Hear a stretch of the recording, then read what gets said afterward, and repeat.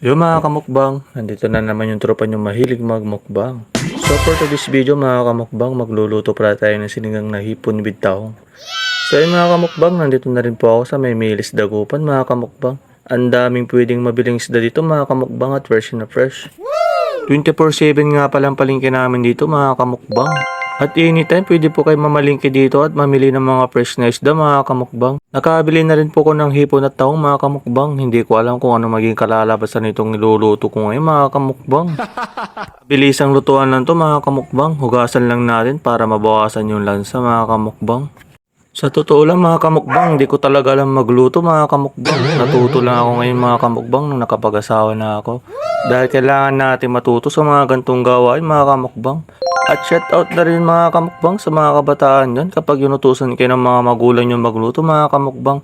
Huwag na huwag kayong tatanggi mga kamukbang dahil paran lang nila to para matuto tayo sa mga gantong gawain. Dahil darating ang araw mga kamukbang, paglulutuan mo rin ang sarili mong pamilya mga kamukbang. Wow! So ayun na nga mga kamukbang, hinulog ko na rin ng tahong mga kamukbang at sunod ko na rin ng hipon. So ganyan lang kadaling magluto mga kamukbang. Nilaga ko lang to mga kamukbang sa may kamatis. Hinaluan ko na rin ng sikreto ng mga cooking master mga kamukbang para mas masarap ang ating sinigang na hipon with tahong.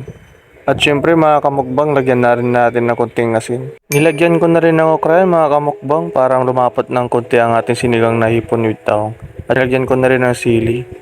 Di rin maiiwan ng pichay natin mga kamukbang. Dagdag sarap din niya mga kamukbang, dinagdagan ko na rin ng sili para mas ganahan tayong kumain.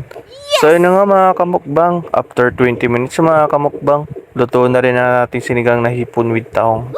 Mukbangan malala na naman to, mapapalaban na naman tayo sa kanin mga kamukbang. Tara po kain mga kamukbang. So yun na nga, hanggang dito na lang po ulit mga kamukbang. Maraming salamat nga pala ulit sa suporta. Huwag sana kayo magsasawa mga kamukbang. Huwag nyo na rin po kakalimutan mag-like and share sa aking mga videos mga kamukbang. Maraming salamat.